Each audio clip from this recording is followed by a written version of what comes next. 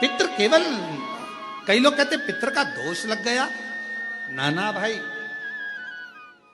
लोग केवल वर्णन करते हैं। कई लोग कह देते हैं कि शंकर भगवान को नहीं भजोगे, शिव जी को जल नहीं चढ़ाओगे, एक दिन जल चढ़ाओगे एक दिन नहीं चढ़ाओगे, शिव जी का शिवलिंग अगर घर में है पूजन नहीं करोगे तो दोष लग जाएगा, शंकर भगवान का दोष लग जाएगा।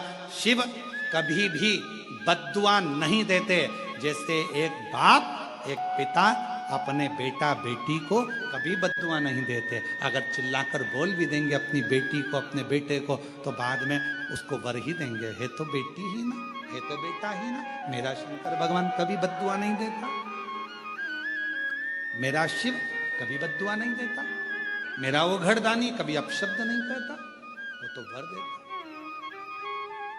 और महादेव नमन चरणों में, महादेव नमन, सब बोलिए सब, महादेव नमन चरणों में स्वीकार कीजिए, सबका किया है मेरा उद्धार कीजिए, उद्धार कीजिए।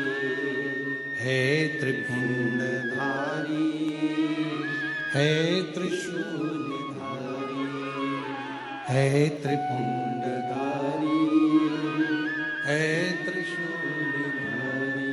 चरणों में तेरे बाबा जी पावन है चारों धाम, चरणों में तेरे बाबा जी पावन है चारों धाम। तेरी देव करते वंदना पूजे हैं सीताराम, तेरी देव करते वंदना पूजे हैं सीताराम। हो जाए पूरी कामना, हो जाए पूरी कामना, वरदान दीजिए, सबका किया है मेरा भी उद्धार कीजिए, उद्धार कीजिए। हे त्रिपुंडधारी, हे त्रिशूलधारी, हे त्रिपुंडधारी, हे त्रिशूलधारी। महादेव नमन चरणों में स्वीकार कीजिए, सबका किया है मेरा भी उद्धार कीजिए, उद्धार कीजिए। हे त्रिपुंडधारी, हे त्रिशूलधारी। बाबा इतनी करुणा करिए, इतनी दया करिए, दया। कोई कहे तुमसे कि तुम्हारे यहाँ पितृ दोष लगा है, कोई कहे तुमसे तुम्हारे यहाँ काल सर्प दोष लगा है, कोई कहे तुमसे तुम्हारे यहाँ वास्तु दोष लगा है, कोई कहे तुमसे तुम्हारे कुल देवी देवता का दोष लगा है।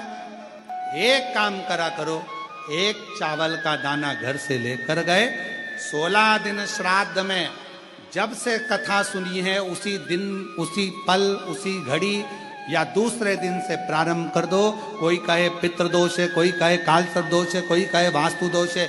एक चावल का दाना श्राद्ध पक्ष में साथ लेकर जाओ, घर से एक लोटा जल भर कर लेकर जाओ।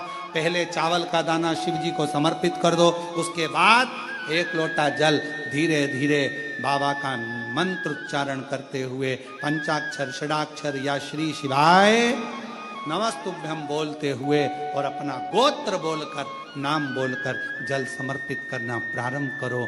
धीरे धीरे आपको खुद लगेगा कि मेरे घर का सारा दोष समाप्त हो गया है, सारा दोष, सारा दोष समाप्त। पितृपक्ष में जितना शिव की आराधना कर सकते हो, नवरात्रि में जितनी शंकर की आराधना कर सकते हो उतनी करो। शंकर की आराधना करने से नवरात्रि में शक्ति का बल बढ़ता।